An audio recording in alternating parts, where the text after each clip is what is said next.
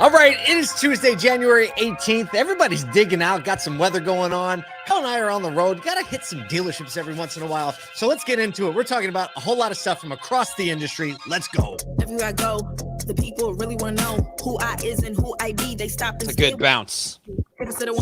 Tuesday bounce. You know, I'm bouncing a little heavy because this is the first time I've ever worn this hat. Dude, look at that.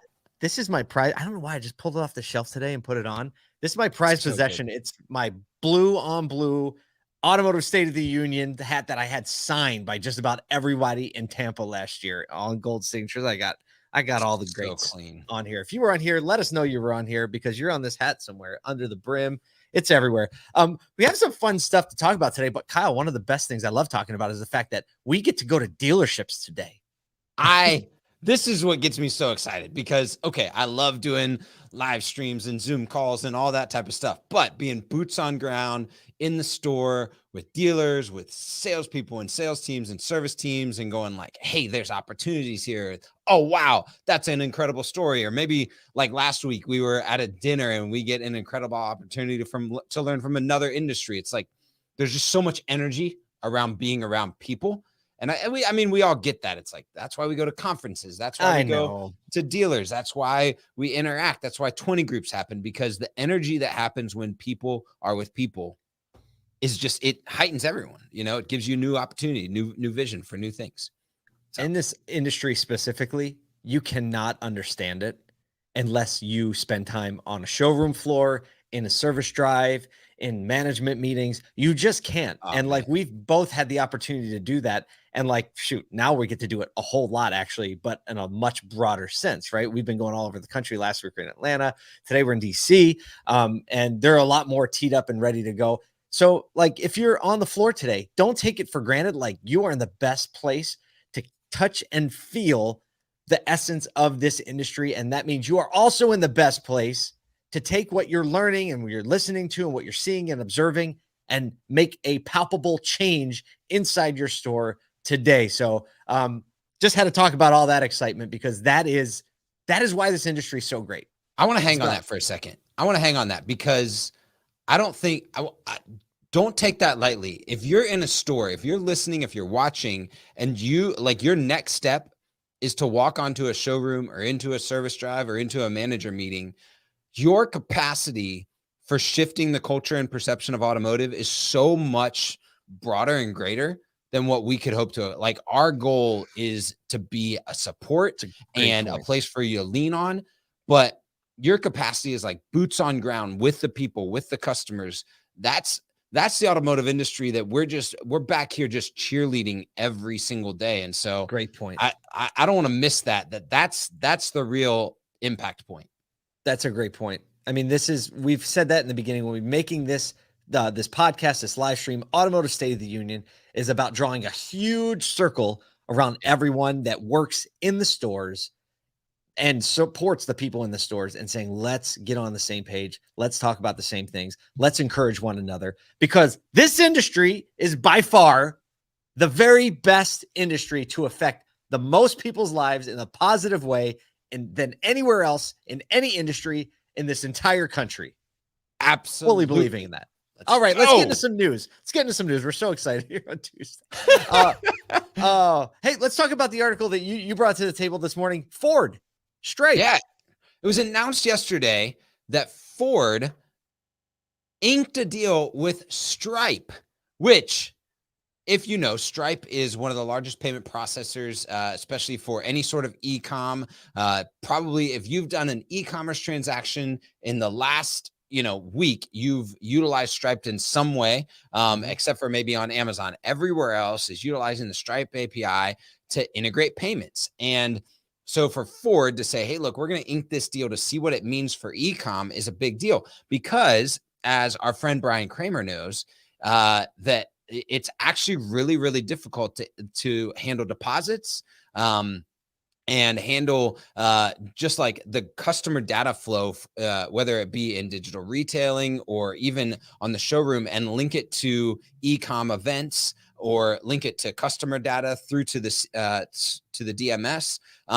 So I'm really excited about what's going to come of this type of partnership, because as we all know, Ford Motor Credit is a Ford owned bank entity. And so now you take e-com or digital retailing, tie it to showroom retailing, tie it back to the DMS for tracking purposes, tie it to the lender solution, and everything starts to work together. I mean, it's really cool. And the Stripe API can fully implement all of those platforms. This is the nice modernization. CNBC article says Stripe will handle the transactions for consumer vehicle orders and reservations, as well as bundled financing options for Ford's commercial customers. The automaker also plans to use Stripe to route a customer's payment info from its website to the correct Ford or Lincoln dealer.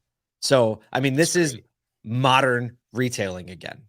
Right? Yes. We're not talking about for the car business. Now we're starting to see this innovation start to creep from the rest of the retail industry into automotive, which is just going to benefit consumer experience. Just going to benefit. Think about this, like Stripe subscriptions, right?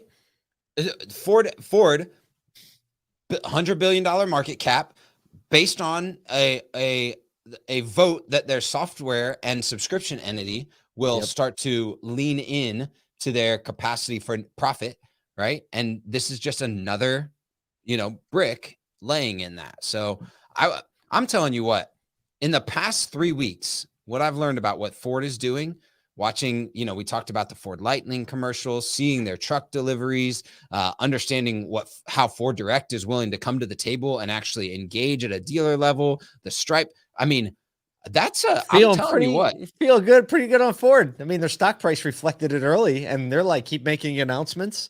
Yeah, and coming to the table like after the price bumped. So Ford's definitely the one. Definitely the one. They've got some ways to go, and they're still a sleeper, but of course, I think that there's a lot of light there. You know what else I like about this deal is that this is the largest deal Stripe has ever signed. So there's an element of like, we need to make this work, right? There's that element of like, I like it, right? Because Square is obviously the big player in the space. And then you have all the other traditional credit card merchants. But Stripe is like, now we're trying to make a mark, and we're making this big play into automotive.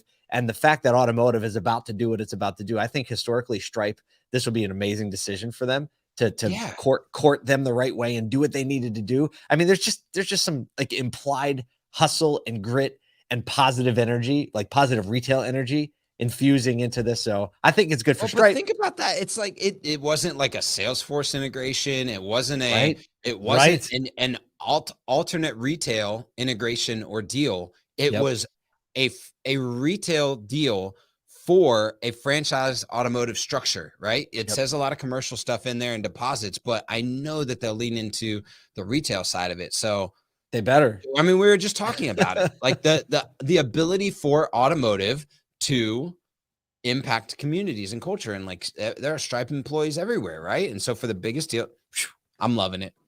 We're hype on Tuesday. You said I'm loving it. That's McDonald's.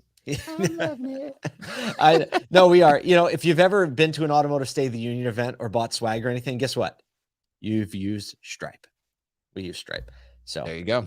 All right, we got some other interesting automotive news. So this is, we kind of like to grab things from around the world, around the country. So Wall Street Journal article. Did I ever mention I read this? I'm never going to go there again. So are you a subscriber? I am. Savvy businessman, sophisticated businessman, me. So the headline is basically luxury sales boom as car makers shift scarce chip and raw materials toward high margin models. It's basically an article talking about Rolls-Royce, Bentley, BMW, saying how their sales have surged over the pandemic because of the chip shortage. And I was like, well, that's interesting. And so we got, let me see if I can pull it up here. They started out by talking to Bentley, and some higher up at Bentley basically said, we never worried about not having chips for our cars. And Kyle was like, yeah, because you made like 400 cars last year. Well, Well, it's like pretty close. They made 14,000. That's it. 14,000 Bentleys last year. And they say VW's model for allocating supplies is on a profitability model. So Bentley's most profitable. He's like, we're not going to have any trouble getting the chips that we need. But what was another interesting part of the article, aside from that, is the fact that sales have surged amongst all of these super luxury brands. Rolls-Royce, Bentley up like 30%, up 11%, because basically they said the pandemic has actually benefited our clients more than the pandemic has actually been good for them because of. Well, you look at Wall Street, right? You know, that's absolutely. That's where the money's flowing, right? And so people that have access to funds to purchase vehicles in an extreme luxury price point have even greater access to funds. And I actually read an article like maybe a week ago, and I don't know if I'm not a sophisticated businessman, so I don't have full access to this article, but at least I know one by partnership, right? Okay. So, but I was reading an article where there was essentially a mindset that the pandemic, because of like the frailty of life that's been presented via the news, that more people that have access to funds to luxury vehicles are kind of like, well, better do it now or else, right? So kind of that, like, not midlife crisis, but kind of crisis management is, I always wanted this, but now I'm going to exercise that desire and purchase that luxury vehicle. So there's like multiple factors, from psychology to access to funds, to growth through the pandemic, and then the automaker being able to actually produce the vehicles that are necessary to meet the demand. So interesting market study there. They also mention a lot of their clients who have been buying these cars are young entrepreneurs that got rich off what? Cryptocurrency. Right. So you think of who are all the people making the money off the crypto boom? Well, the first ones in the pool are the ones making the most money, and those typically be young, tech savvy entrepreneurs looking to do that. So on a little fun note at the end of this, and now we're going to like put our brand hats on for a minute. They're like, well, Rolls-Royce is, you're getting all these new buyers, right? They said something, I think it was like 30% of their buyers were new customers. And don't quote me on the number, but it's between 20 and 30. And despite record sales, Rolls-Royce will remain a small, intimate luxury brand focused on creating experiences for its customers. To appeal to younger customers, Rolls-Royce is connecting owners through an app called Whispers, which you can only access if you actually own a Rolls-Royce.